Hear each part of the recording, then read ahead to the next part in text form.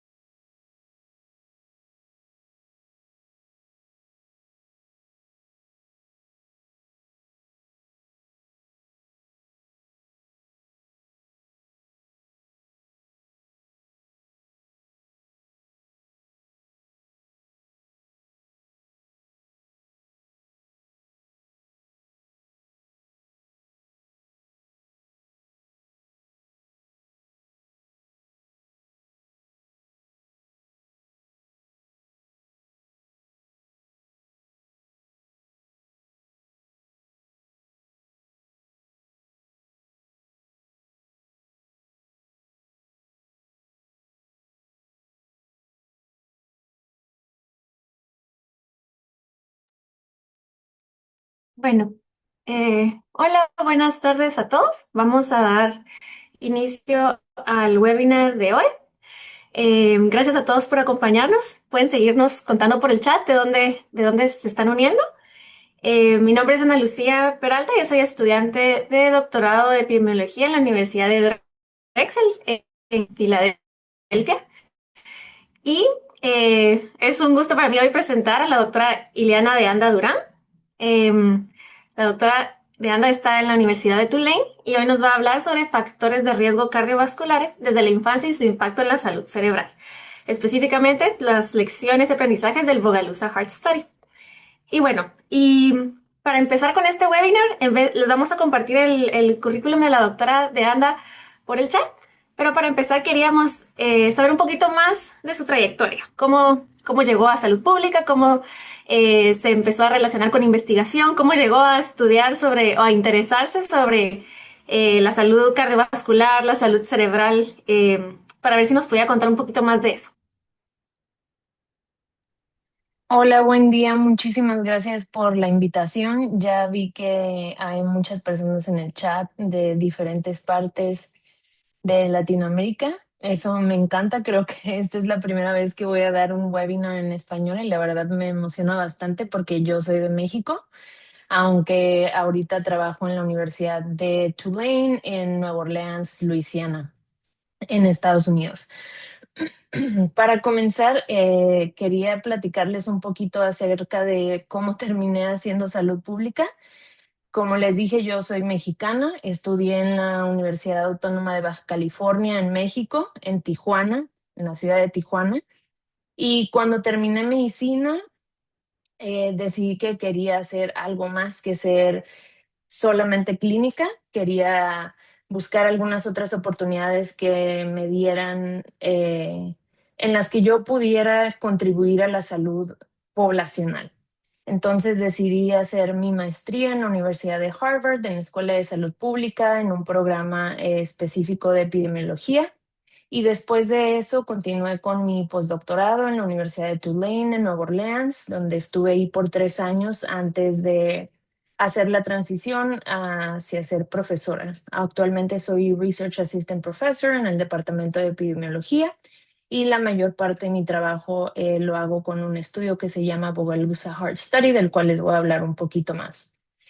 Para dar un poquito más de contexto, porque obviamente todo esto pasó en un lapso de 15 años aproximadamente, desde que estudié 7 años de medicina, 2 años de la maestría, 3 años del postdoctorado y algunos años entre medio decidiendo cuál era la mejor opción para mí. Pero siento que puse aquí algunas fotos que creo que definen o dan un poquito de ejemplo de cuáles son algunas de las cosas durante lo largo de mi trayectoria que me impulsaron a hacer salud pública. Esta foto que está aquí arriba, donde ven aquí a la señora, esta fue cuando yo estaba en mi tercer año de medicina en un viaje de estudios a una zona rural que se llama San Quintín en Baja California y íbamos tres escuelas, la Autónoma de Baja California y las dos universidades de California, que es UCSD y San Diego State University. Y pues aquí estoy yo como estudiante intentando traducir a un estudiante de medicina de San Diego State y la carpetita que ven aquí son cuestionarios, cuestionarios que hacían los estudiantes de salud pública y de medicina de San Diego State para hacer investigación. Siento que en ese entonces yo ni idea tenía de qué era investigación, pero aún así me impresionaba que ellos quisieran hacer cuestionarios a las personas de diferentes cosas. Y realmente en ese entonces yo pensé que no iba a servir para nada. Y ahora heme aquí poniendo cuestionarios y así y recolectando información en una cohorte longitudinal. Entonces, desde ahí creo que empezó mi interés hacia la investigación y la salud pública. Después la foto de abajo ya es cuando estaba en mi etapa de internado de pregrado en el sexto año de medicina. Fue la primera presentación de un proyecto de investigación que hice. Creo que ahí no tenía ni idea de lo que estaba haciendo tampoco, hasta que después tuve un entrenamiento formal en epidemiología e investigación. Y ahora que me acuerdo digo, wow, ni siquiera sé qué estaba haciendo en ese momento, pero bueno, total que a mí me gustaba desde ahí y fue como decidí hacer una maestría en salud pública, epidemiología y siempre me ha interesado muchísimo la salud cardiovascular y cómo podemos prevenirlo. Creo que el interés viene más de ser médico y de que las enfermedades cardiovasculares son las que tienen mayor mortalidad y morbilidad a nivel mundial en Estados Unidos y en muchos de los países, que mi familia tenía muchos problemas cardiovasculares. Entonces yo quería saber cómo prevenirlos, en lugar de solamente tratar a personas en estadios clínicos muy avanzados, en los que muchas veces no tenemos mucha oportunidad de regresar a un estado saludable óptimo, digámosle así. Y así fue cuando empecé mi postdoctorado en Tulane. Después me convertí en profesora y he tenido la oportunidad de convivir y trabajar con estudiantes de doctorado y estudiantes de medicina también. En esta última foto en medio está Shireen, es una estudiante de doctorado de Tulane, y Vanessa Fonseca, que es una doctora que estaba trabajando en investigación con nosotros y ahora ya está haciendo su especialidad en medicina interna aquí en San Diego. Entonces, creo que esta es a grandes rasgos mi trayectoria de por qué me encanta hacer salud pública, epidemiología y prevención cardiovascular y de salud cerebral. No sé si alguien tenga una pregunta hasta aquí antes de que ya me brinque totalmente a lo que vamos a platicar el día de hoy. Sé que después hay una sesión de preguntas y respuestas, entonces tampoco quiero como cambiar mucho la dinámica. Sí. Muchas gracias por esa explicación, por esa trayectoria. Creo que es algo con la que probablemente muchos de nosotros nos podemos relacionar. Y si quieres, podemos continuar con la presentación Ujú. y con las personas que tengan dudas nos pueden ir comentando por el chat. Vamos a tener un tiempo al final, como la doctora mencionó, para preguntas específicamente de la presentación o de la doctora y su trayectoria. Así que, pues, todo tuyo, Ileana. Ok. Bueno, antes de comenzar con lo que es la plática y los resultados que quiero mostrarles del trabajo que hemos hecho con el Bogalusa Heart Study, Les quería dar el contexto de las tres áreas de investigación que son las que más me interesan a mí como investigadora y la mayoría de los resultados que les voy a presentar y algunos de los trabajos en los que todavía no tenemos resultados, pero estamos trabajando en ello, se relacionan a estas tres áreas de investigación. La primera es investigar, estudiar factores de riesgo cardiovascular como presión arterial elevada, hipercolesterolemia, obesidad, entre otros factores de riesgo desde etapas muy tempranas que son desde la niñez y cómo impactan a la salud cerebral en la edad media de la vida. El segundo es cómo podemos utilizar tecnologías para dos cosas. Una, para poder seguir haciendo investigación en poblaciones que son difíciles o que tradicionalmente no han estado incluidos en investigación. La mayoría de los datos que tenemos, sobre todo epidemiológicos, vienen de grandes cohortes de países como Estados Unidos, europeos. Sin embargo, los resultados de estos estudios no son tan aplicables a otro tipo de poblaciones en Estados Unidos, dentro de estos mismos países o en otros países que tampoco tienen como los medios o no tienen la historia en la investigación como estos grandes países. Entonces, ¿cómo la tecnología nos puede ayudar a cruzar estas barreras para tener una mejor participación de de estos otros tipos de poblaciones? Y la otra es cómo podemos capturar datos más precisos con el uso de tecnologías. Esto sobre todo aplica, por ejemplo, a la salud cerebral y el desarrollo cognitivo. Muchas veces las pruebas que tenemos en la actualidad, todavía se hacen en papel, con papel y lápiz, no nos dan estas métricas tan precisas para poder hacer estudios de prevención. Sin embargo, las tecnologías nos están abriendo la puerta a otras oportunidades para tener estas mediciones un poquito más precisas. Y lo mismo con no solamente en la parte cerebral, sino también en las mediciones cardiovasculares. Hay muchas tecnologías que nos están ayudando a poder colectar datos de manera remota y un poquito más frecuentes, que lo hace mejor o más fácil para los participantes en lugar de tener que ir desde su casa, desde su trabajo, hacia la clínica donde se hacen comúnmente los estudios de investigación. En la foto de abajo que tengo aquí es un kit que se llama Tazo, en el cual se pone en el brazo, dan clic al botón y toma sangre capilar y con ese podemos tener muchos biomarcadores en sangre. Entonces, estas son un poquito de las tecnologías que utilizamos.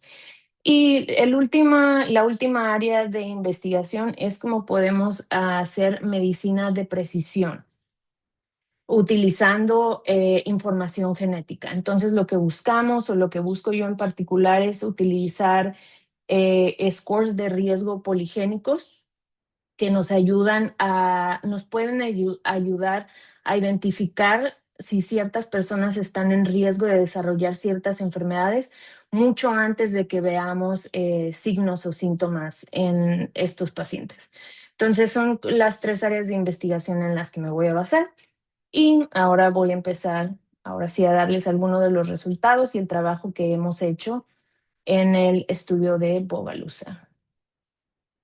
Antes que empiece ya a los resultados y los estudios que hacemos, es muy importante mencionar que el Bogalusa Heart Study fue creado en 1972. Oficialmente empezó en 1973 por el doctor Gerald Berenson. Gerald Berenson era un cardiólogo pediatra que tuvo la idea muy innovadora en ese tiempo de empezar un estudio en niños. Él firmemente creía que las enfermedades cardiovasculares de las etapas adultas comenzaban desde la infancia. Y entonces el estudio comenzó como una serie de estudios eh, cross-seccionales, no tanto como lo que conocemos ahora como un estudio de corte longitudinal en el que se sigue a los participantes cada cierto tiempo, sino que él empezó solamente a hacer estudios en niños que iban a la escuela, llevaban un carrito afuera de las escuelas y le pedían a los papás si podían sus hijos ser parte de estos estudios. en los que se les tomaban diferentes métricas, presión arterial, toma de sangre, medidas antropométricas y más adelante inclusive estudios de autopsias, que es lo que ha dado mucha de la información en cuanto a la infancia que sabemos ahora, gracias a estos estudios. Por ejemplo, lo que sabemos ahora como la enfermedad de aterosclerosis subclínica, que es cuando en las arterias empieza a haber una colección de colesterol y todo esto. Sabemos que empieza desde la infancia gracias a los estudios de autopsias que hizo el doctor Gerald Bernson en los años 80. Entonces, en sus épocas esto fue sumamente innovador y gracias a la visión del doctor, pues ahora tenemos más de 50 años de información colectada en estos participantes que esperamos que nos siga dando la oportunidad de generar mucha nueva información y evidencia para eh, mejorar la salud, sobre todo en prevención. Mm, el estudio está localizado en Bogalusa, que es un pequeño pueblo en Luisiana. Es una zona rural que está formada por 49% personas afroamericanos y 41% blancas. La población total es de 10.468 personas. Como pueden ver, no hay una gran población.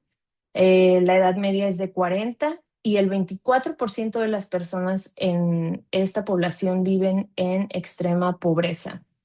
De hecho, si ustedes ven aquí el ingreso medio por casa habitación es de 30.749, que está muy por debajo de la media nacional, que es aproximadamente de $70,000 por año.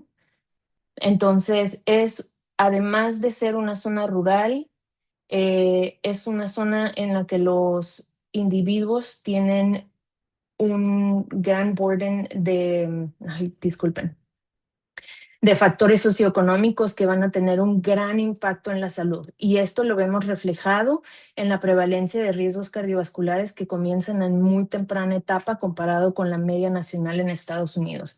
Entonces, son personas que tienen muchos factores de riesgo negativos por todas partes, no solamente por las cuestiones biológicas o cardiovasculares, sino también el factor socioeconómico que tiene un rol muy importante. Y por eso lo hace una población única para estudiarse, y si le sumamos que aparte tenemos 50 años de información que se han colectado gracias a la participación de estas personas, pues nos ha dado la oportunidad de hacer muchos estudios muy interesantes. Esta es una línea de tiempo de cómo comenzó el estudio en 1972, cuando todavía no había computadoras. Entonces la mayoría de la información se recolectaba en papel, con lo que le llamamos punch cards, que eran como unas tarjetitas en las que se metían y se seleccionaba la información. Y con el paso del tiempo, pues empezaron a incluir otro tipo de estudios. Por ejemplo, les había comentado, en 1978 se empezaron a hacer autopsias, que fue uno de los estudios más importantes para conocer acerca de la enfermedad aterosclerótica. Y en 1980, 88 se hicieron estudios ambulatorios, empezaron a hacer los primeros estudios genéticos, ultrasonidos del colesterol o ecocardiogramas. Hasta este entonces el estudio todavía no era un estudio longitudinal como el que conocemos ahora. Era una serie de diferentes estudios y había personas que participaban en estos diferentes estudios. En todos los diferentes había otros que solo participaban en uno u otro. Esto nos dio un total de 21,000 personas de Bogalusa que han participado al menos una vez en uno de los estudios, pero en la actualidad tenemos alrededor de 2,000 participantes en los cuales tenemos este tipo de información histórica o longitudinal. En 1990 es cuando el estudio ya se convierte en una cohorte. Entonces todos los nuevos estudios a partir de ahí, uno de los criterios de inclusión es que hayan sido participantes de alguno de los estudios anteriores en el Bogalusa. Y conforme la tecnología va avanzando, pues nosotros intentamos que el estudio esté al día, intentando hacer estudios más novedosos con información genética, epigenética, metabolómica. Ahora hacemos estudios de MRI, como les había comentado, utilizamos diferentes tecnologías, microbiota, etcétera. Obviamente esto no sería posible sin la colaboración de muchos investigadores con diferentes áreas de experiencia, genetistas, radiólogos, neurólogos, cardiólogos, muchísimas personas que han colaborado y siguen colaborando en el Bogalusa Heart Study para que todo esto sea posible. Ujú. En particular, yo en mi investigación utilizo el contexto científico acerca de evaluar riesgos cardiovasculares desde la infancia y cómo tienen un impacto en la salud cerebral. A mí lo que me importa de mayor manera es poder identificar cuáles son las ventanas de prevención más adecuadas para poder prevenir o, em, o atrasar el comienzo de la enfermedad cerebral, en este caso en particular la demencia. ¿Qué son los cambios en el estilo de vida o cuáles son los factores de riesgo cardiovasculares en los que podemos hacer una intervención específica y en qué momento específico a lo largo de la vida lo tenemos que hacer para tener el mayor impacto y beneficio en la salud? Esto es en lo que yo me enfoco en mi investigación. Entonces utilizamos este contexto. Ay, creo que ya se me volvió a poner. ¿Ya pueden ver bien mis diapositivas? Vi que ya salió esto otra vez. Sí, ahorita ya los podemos, ya los podemos. Ok, perfecto. Ujú. Y también nos basamos en cuáles son, como epidemióloga, cuáles son las principales causas de mortalidad y morbilidad global y en Estados Unidos. Y aquí en la figura de la izquierda vemos cuáles son las principales causas de muerte en 37 países. Y vemos aquí en azul que son enfermedades circulatorias, infartos, enfermedad cerebrovascular. Y por este lado, aquí en gris, tenemos demencia. Aquí en azul tenemos Alzheimer's y regresamos a enfermedad cerebrovascular. Entonces, hay mucho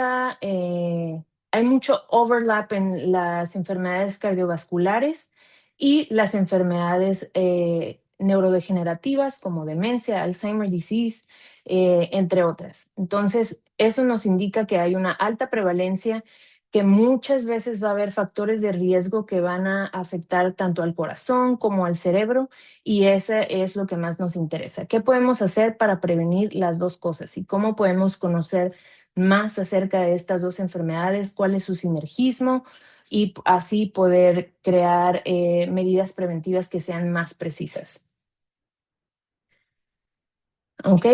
Esto se basa en una relación sinérgica, como les había mencionado, entre la enfermedad vascular y la enfermedad de Alzheimer, y hay una hipótesis que le llamamos el two-hit hypothesis, que nos propone que los procesos neuropatológicos van a coexistir y se van a exacerbar mutuamente con los riesgos cardiovasculares, y esto nos va a crear un continuo de procesos causativos que van a acelerar la enfermedad de demencia. Entonces, lo que tenemos que hacer es, como es una enfermedad multifactorial, pues ver de qué manera podemos atacar o prevenir, disminuir riesgos cardiovasculares para también poder tener un beneficio en la salud cerebral. Eh, Regresando un poquito al Bogalusa Heart Study, como les había mencionado, los 50 años que tenemos de información desde la infancia nos da la oportunidad muy única de evaluar este tipo de riesgo cardiovascular utilizando una perspectiva de a lo largo de la vida. Entonces, en esta tablita podemos ver aquí tenemos infancia, la edad media y la edad adulta mayor. En la enfermedad de demencia, muchas veces los síntomas más severos se dan en etapas ya tardías. Sin embargo, sabemos que es una enfermedad que se desarrolla a lo largo de 10, 20 años. Entonces, nuestro objetivo con la información que hemos colectado de Bogalusa es entender esta parte en la Edad Media. ¿Cómo podemos identificar a personas que están en riesgo aumentado desde etapas muy tempranas antes de que lleguen a desarrollar demencia? Con el objetivo de que podamos alargar el tiempo en el que desarrollan estos factores, estos síntomas más severos o prevenirlos. Si nosotros logramos identificar desde la edad, desde la niñez, cuáles son los factores de riesgo más importantes que van a tener un impacto negativo en la salud cerebral en la edad media, ¿qué podemos hacer para disminuirlos o para contrarrestar este efecto y que podamos prevenir demencia en el futuro? Ujú. Existe mucha evidencia ya que nos da la pauta a hacer este tipo de investigaciones y que soporta nuestra hipótesis. Eh, en particular, la presión arterial elevada y la hipertensión. Hay estudios que nos dicen que en adultos jóvenes la presión arterial elevada se asocia con menores volúmenes de materia gris en el cerebro. Estos resultados vienen de otros estudios similares al Bogalusa, como es el Framingham Heart Study, que es uno de los estudios de cohorte más viejos en Estados Unidos. Este estudio tiene 75 años. Y otros estudios de cohorte como ARIC, que también mostraron que la hipertensión en la edad media se asocia con el deterioro cognitivo leve, que es una de las etapas que está previa a desarrollar demencia. Y en otros estudios, en etapas más adultas, de adultos mayores, también nos dicen que la prevalencia de hipertensión es más alta en aquellas personas que tienen un deterioro cognitivo en comparación de personas que no tienen deterioro cognitivo. Entonces, a lo largo de diferentes etapas de la vida ya tenemos evidencia que la presión elevada tiene un impacto negativo en la salud cerebral. Pero ahora lo que tenemos que hacer o lo que buscamos responder con datos de Bogalusa es ver si en la infancia esto también pasa. Hay alguna evidencia que ya existe de otros estudios que también tienen información desde la etapa de la niñez, como el estudio de John Finks, que mostró que la presión arterial sistémica elevada desde la infancia se asoció con peor cognición en la etapa media de la vida y la presión elevada en la niñez fue un predictor de hipertensión en la adultez. Esto significa que los niños que tienen la presión elevada están en mayor riesgo de desarrollar hipertensión en etapas tardías. Y también el estudio Cardia, que es otra cohorte, también mostró que la presión arterial elevada, incluso por debajo del umbral de hipertensión, se asoció con peor desempeño cognitivo en la vida media. Entonces, tenemos suficiente evidencia. Sin embargo, hay algunas cosas que tenemos que poder compensar para poder utilizar el Life Course Approach que le llamamos.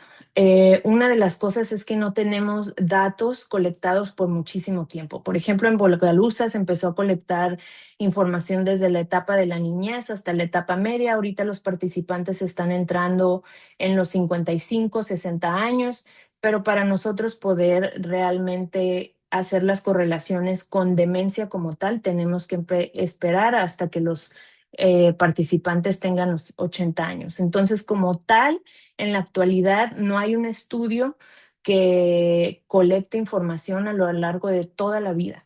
Entonces, tenemos que hacer uso de diferentes estudios de cohorte que nos pueden dar información acerca de diferentes etapas de la vida, tener consistencia en la manera en la que hacemos los estudios y ver la variabilidad individual a lo largo de la vida de estas personas.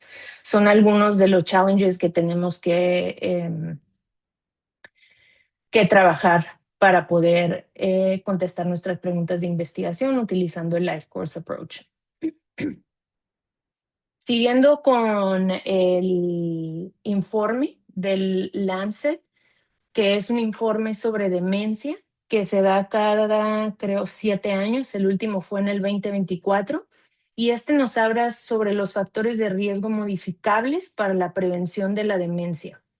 Si ustedes ven aquí en la tablita, todos estos son factores de riesgo que si los modificamos, disminuirían en un 45% el riesgo de demencia. Entonces, tenemos 45% de oportunidad de disminuir la demencia si logramos disminuir estos riesgos a lo largo de la vida. Y si vemos, la mayor parte de la evidencia viene de la etapa media. Tenemos colesterol elevado, depresión, inactividad física, diabetes, hipertensión, tabaquismo, obesidad, alcohol. Todos estos son factores, muchos de estos son factores de riesgos cardiometabólicos y nuestro objetivo también es enfocarnos en estos y empezar a hacer un análisis acerca de estos factores de riesgo y cómo podemos utilizarlos y identificar las ventanas de prevención en las cuales podemos empezar a atacar estos factores. Esta imagen representa la correlación entre las etapas clínicas de la demencia y el punto durante la progresión de la enfermedad en que cada prueba se vuelve anormal. Entonces ya ahorita pasamos un poquito de hablar de los factores de riesgo hacia cómo hacemos el diagnóstico de demencia. El deterioro cognitivo leve, o como lo vemos aquí como MCI, Mild Cognitive Impairment, es una etapa crítica donde vamos a comenzar a observar cambios cognitivos. Esto es como lo conocemos más generalmente cuando las personas empiezan a tener cambios en la memoria, en recordar información o concentrarse en una tarea o algún estímulo, planificar, tomar decisiones. Esta es una etapa muy importante en la que podemos empezar a ver estos cambios. Y el objetivo del proyecto para nosotros es examinar la asociación entre factores de riesgo cardiovascular en etapas tempranas y cómo se asocian con el desempeño neuropsicológico en la etapa media, donde probablemente vamos a empezar a ver este deterioro cognitivo leve o MCI.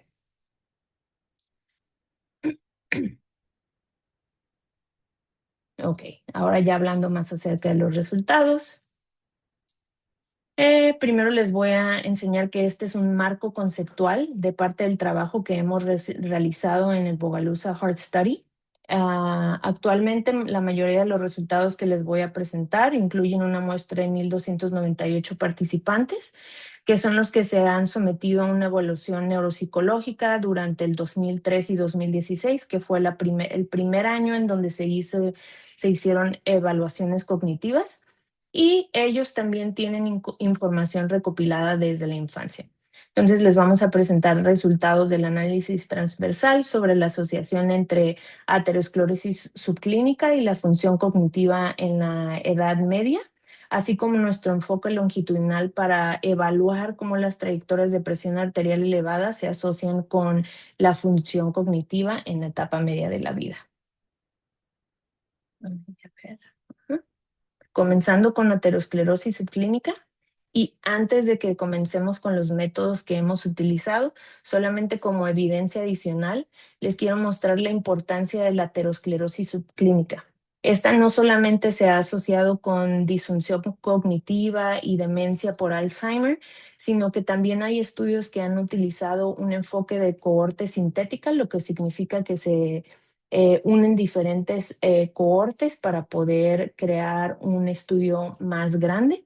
Y este tipo de estudios de cohortes sintéticas han incluido datos también de Bogalusa Heart Study y han demostrado que niños con peor salud cardiovascular a partir de los 8 años de edad tenían mayor grosor carotidio en la etapa media. Esto quiere decir que niños que tenían factores de riesgo cardiovasculares negativos desde los 8 años tienen mucho más prevalencia de aterosclerosis subclínica en la etapa media.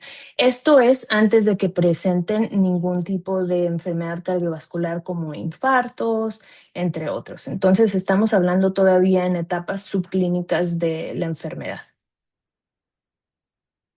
En nuestros estudios lo que analizamos fueron 1,203 individuos con una edad media de 48 años y lo que buscamos es medir el grosor de la arteria carotidia para que nos indica enfermedad aterosclerósica subclínica. Entonces lo que hicimos es analizar si los participantes que tenían estaban por encima de un percentil de 50 en la medida de aterosclerosis, se asociaba con peor función cognitiva. Para analizar cognición, también tenemos dos maneras de hacerlo. En general, en estudios epidemiológicos se utiliza lo que es un Global Cognitive Score, que es un score que es básicamente el promedio de diferentes test cognitivos. Como ustedes pueden ver aquí al lado derecho, puse una lista de diferentes test cognitivos que nos sirven para medir la cognición en nuestros participantes, pero aparte tenemos un approach un poquito más novedoso en el que buscamos perfiles neuropsicológicos que nos van a ayudar a identificar a estos pacientes que están, participantes que están en mayor riesgo de deterioro cognitivo.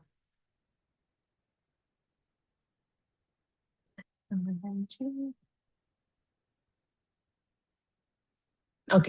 Todas las pruebas neuropsicológicas son estandarizadas por edad, sexo y raza. Esto nos permite mejorar la comparabilidad de los resultados. Al principio les mencionaba que el Bogalusa Heart Study está en una zona rural y el estudio comenzó desde 1970. Esto es importante porque en Estados Unidos muchas cosas estaban pasando, sobre todo la guerra civil. Entonces, este tiene un impacto muy importante en la educación y las oportunidades socioeconómicas que tenían las personas blancas comparados con las personas afroamericanas. Entonces, para nosotros poder hacer un poquito compensar con estas disparidades socioeconómicas, lo hacemos de manera en estandarizar los scores neurocognitivos. Pacientes que tienen, personas que tienen una educación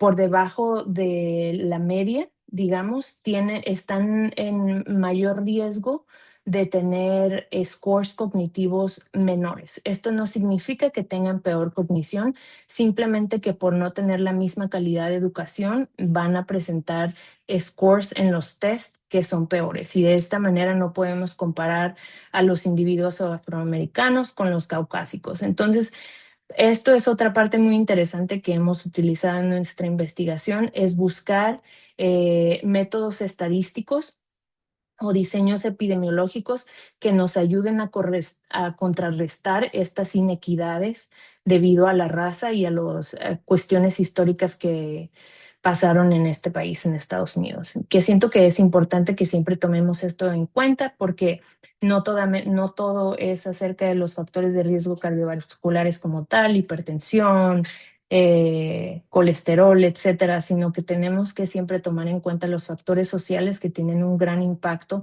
tanto en las enfermedades cardiovasculares como en la demencia. Él es el doctor David Livon, que es un neuropsicólogo de la Universidad de Rowan, que es el que nos ha estado guiando en cómo utilizar los datos o la información de los test cognitivos de la mejor manera. Como les decía al inicio, todo el trabajo que hacemos es un trabajo colaborativo. Sería imposible que solamente una persona lo hiciera. Necesitamos expertos en diferentes áreas para poder lograr estos estudios. Bueno, ahora sí, ya regresando a los resultados. Déjenme ver otra. Ok, encontramos que un mayor grosor en el índice carotidio se asocia con peor desempeño cognitivo en participantes de ambas razas, esto es, caucásicos y afroamericanos. Sin embargo, hay un efecto mayor en los pacientes afroamericanos. Si ustedes aquí ven en la tablita, la disminución en el score cognitivo es mucho mayor en participantes de raza negra comparado con los blancos. Ujú. Sin embargo, cuando ajustamos por educación, que son los indicadores de acá abajo,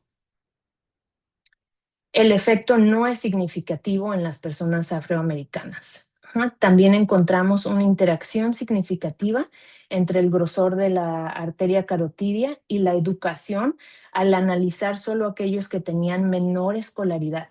Y esto respalda el efecto amortiguador que tiene la educación sobre la asociación entre riesgos cardiovasculares y función cognitiva. Entonces, hasta ahorita sabemos que los riesgos cardiovasculares tienen un impacto real en la función cognitiva. Sin embargo, la educación va a tener un gran impacto también en esta asociación.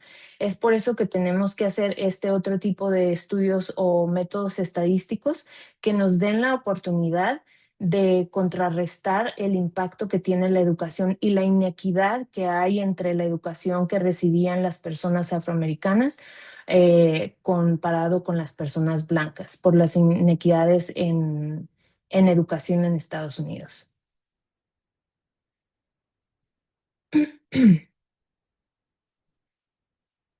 Ok. Y nuestro objetivo, como ya les había comentado, no es solamente examinar la asociación entre riesgos cardiovasculares y cognición, sino también buscamos identificar quiénes tienen mayor riesgo de demencia en etapas tempranas.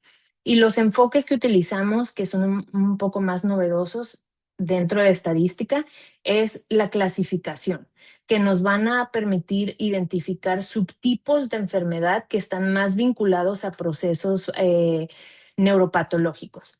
Utilizamos dos métodos de agrupamiento, uno que se llama jerárquico aglomerativo y otro que es K-means. Y con esto lo que logramos es agrupar a participantes de acuerdo en su desarrollo a lo largo de diferentes test neurológicos. Esto quiere decir que en lugar de tomar todos los resultados de los diferentes test neurológicos y crear una media, lo que hacemos es analizar test por test y ver qué participantes tienen mayor déficit en test que analizan memoria o función ejecutiva, etcétera, y cómo podemos agruparlos para realmente identificar aquellos que están presentando una función cognitiva peor, digámoslo así, comparado con otros participantes. Y utilizando estos dos tipos de métodos de clasificación, identificamos tres grupos, como podemos ver aquí. Los puntos rojos van a representar a quienes tuvieron peor desempeño cognitivo y los verdes a quienes tuvieron mejor desempeño cognitivo. Utilizando los dos métodos obtenemos resultados muy similares, lo que significa que estos grupos los diferenciamos realmente porque tienen una diferencia en su desempeño cognitivo y no simplemente porque el método estadístico nos arrojó tres grupos. Y ahora cuando vemos la diferencia en su desempeño en cuanto a las pruebas neuropsicológicas, vemos que tenemos estos tres grupos y los etiquetamos de acuerdo a cómo se comportan sus scores a lo largo de diferentes tests que están aquí.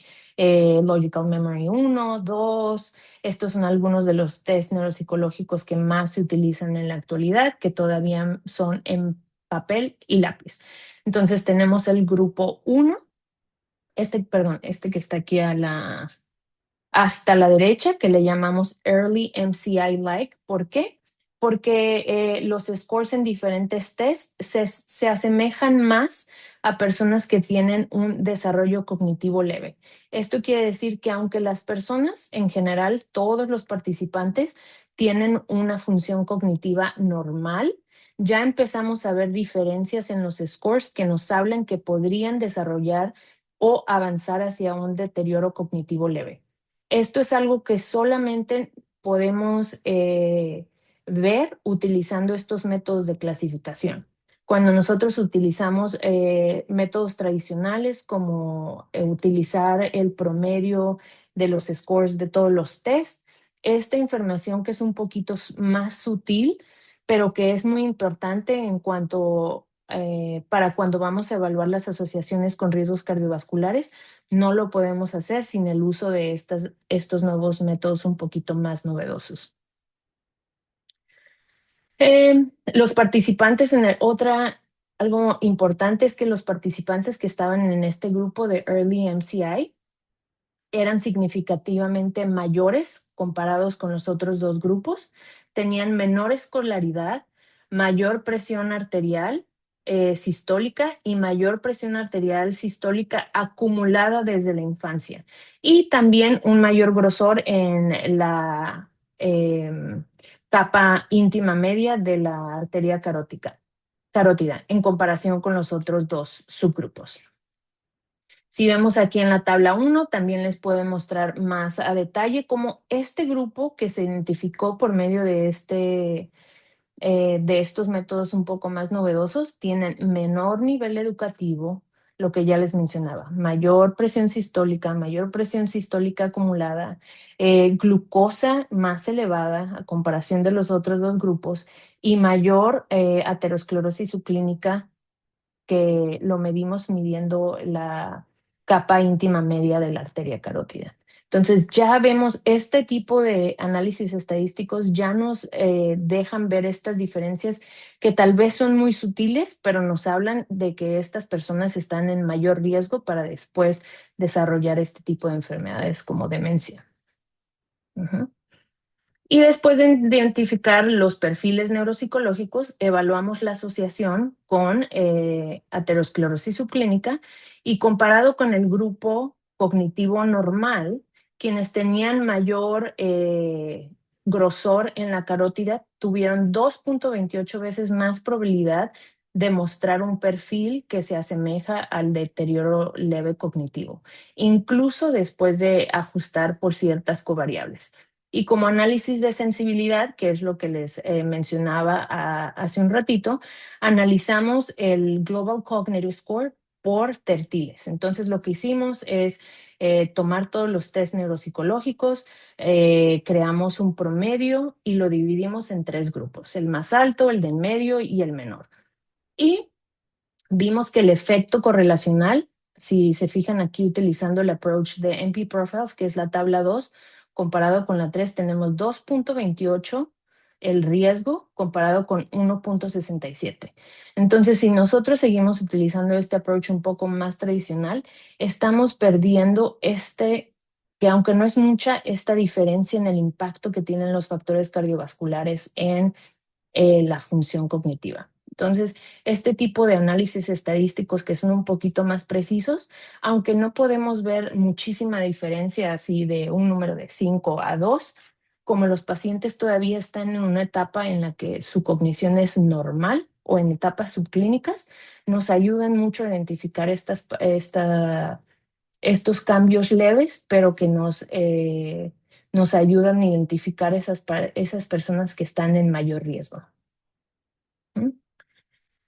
Mm. Ok, y ya brincando a presión arterial.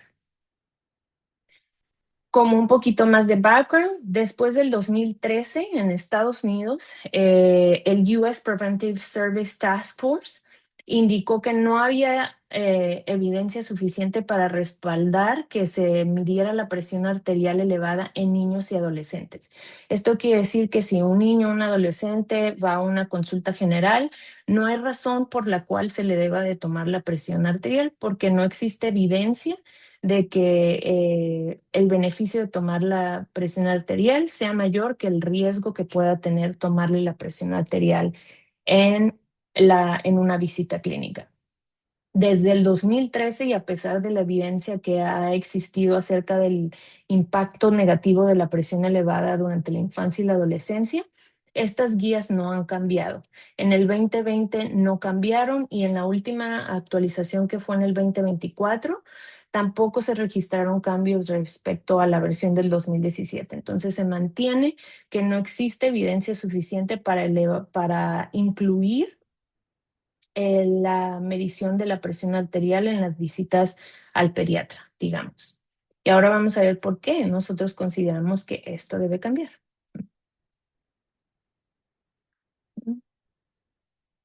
Ok. Utilizando datos del Bogalusa Heart Study, nosotros examinamos el impacto de la presión arterial sistólica desde la infancia, utilizando un análisis que le llamamos de trayectorias de presión arterial, con datos que obtuvimos de individuos que tuvieron una participación de al menos 3 veces en diferentes estudios de Bogalusa. Esto quiere decir que un participante debió de haber asistido a cualquier estudio de Bogalusa al menos 3 veces, uno durante la infancia, la adultez y la etapa media. y las mediciones se obtuvieron siguiendo protocolos estrictos que se han implementado desde que empezó el estudio del Bogaluz en 1972 hasta la actualidad. El recolectar toda esta información nos da la oportunidad de crear trayectorias a lo largo de la vida. El análisis de trayectorias sigue un enfoque epidemiológico que nos da la oportunidad de evaluar el curso de la vida para comprender mejor las trayectorias normales o saludables y qué características pueden determinar una desviación de dichas trayectorias.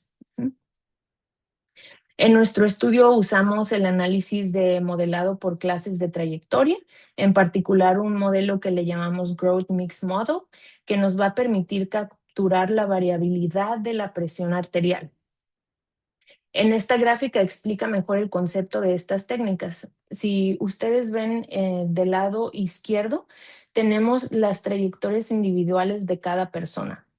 En algunos de los métodos más tradicionales, que es cuando medimos, por ejemplo, la presión, el promedio de la presión a cualquier tiempo nos daría una sola línea.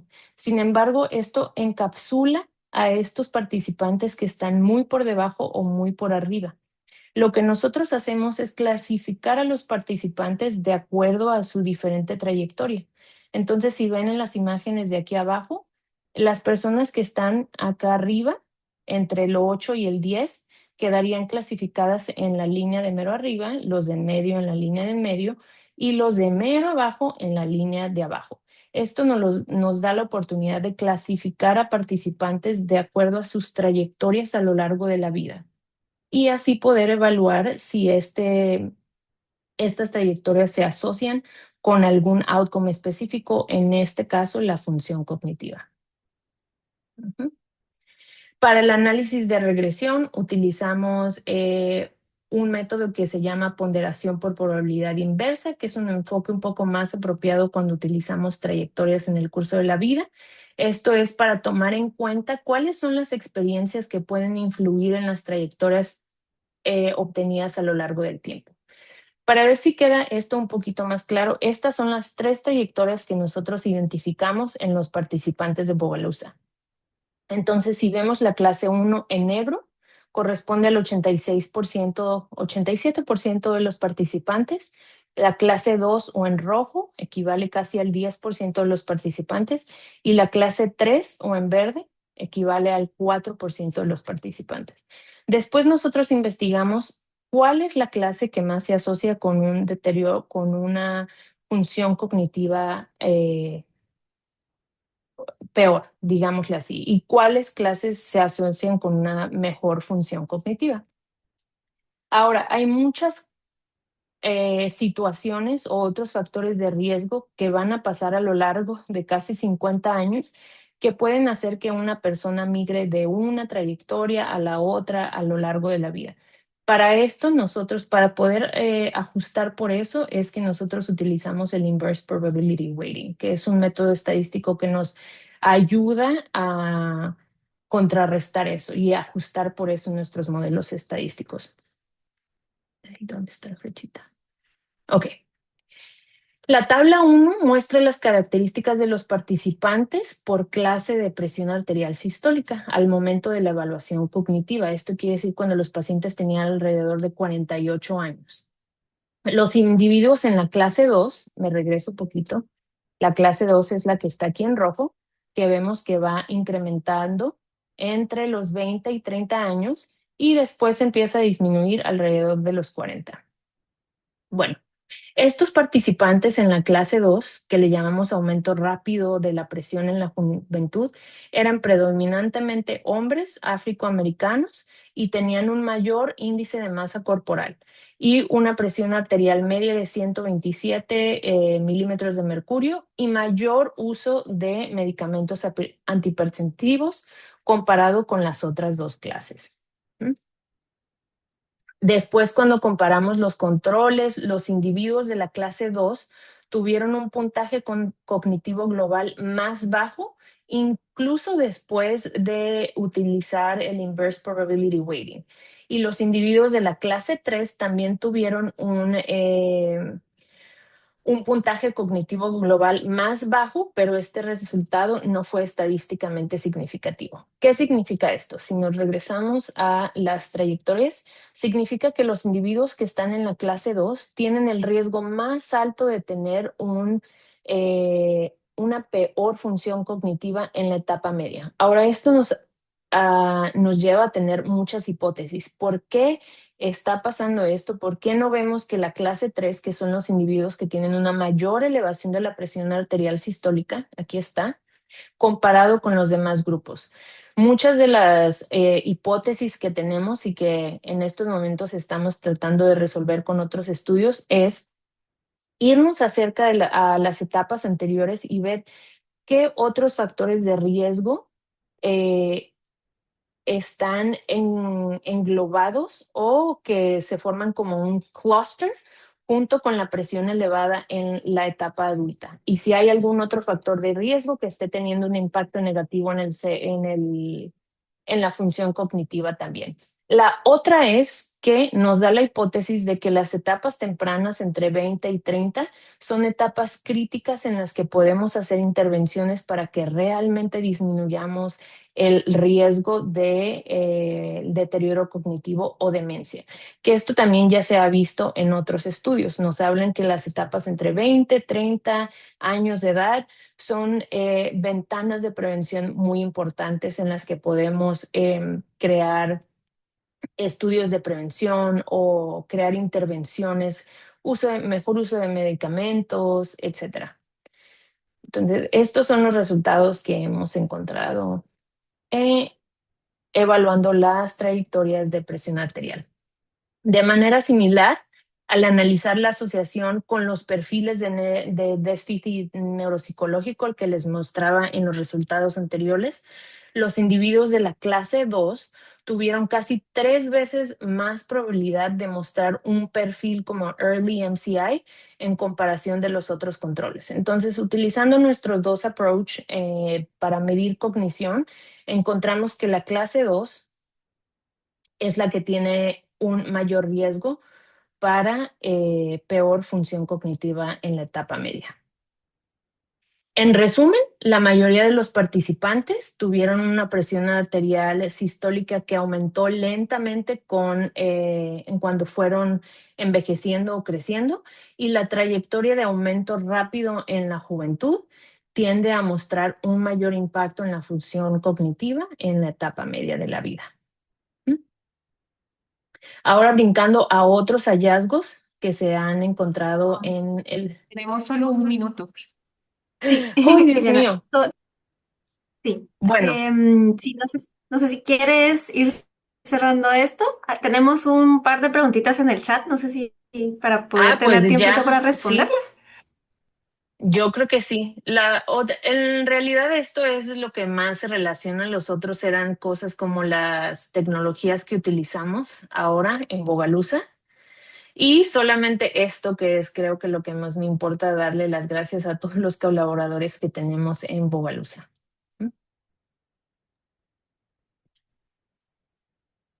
Ok, muchas gracias.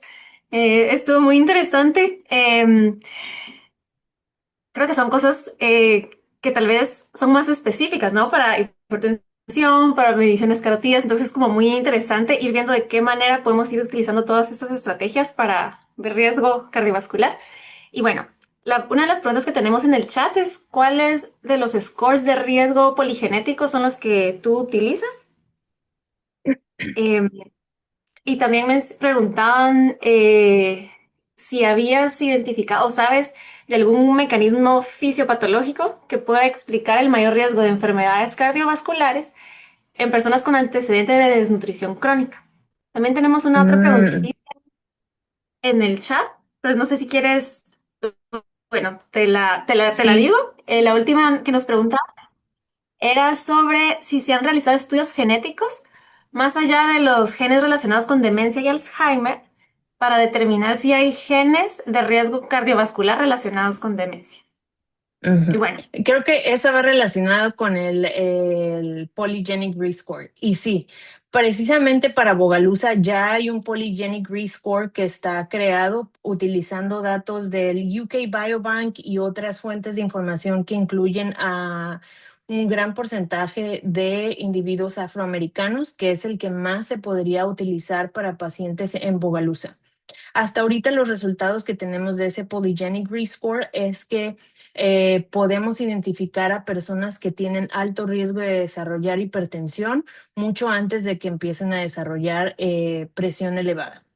Todavía no sabemos si ese Polygenic Rescore se asocia con cognición porque apenas estamos trabajando en eso. Para eso trabajamos con la doctora Tanika Kelly, que está en la Universidad de Chicago, y ella es la que crea los Polygenic Rescores. Lo importante es que estos scores son para presión elevada o para hipertensión como tal, no para Alzheimer. Entonces nos desviamos un poquito acerca de los Polygenic Rescores que se han creado para Alzheimer y vamos a ver si el riesgo genético de desarrollar presión elevada también tiene o se asocia con un impacto cerebral, que creo que sería para la pregunta 2.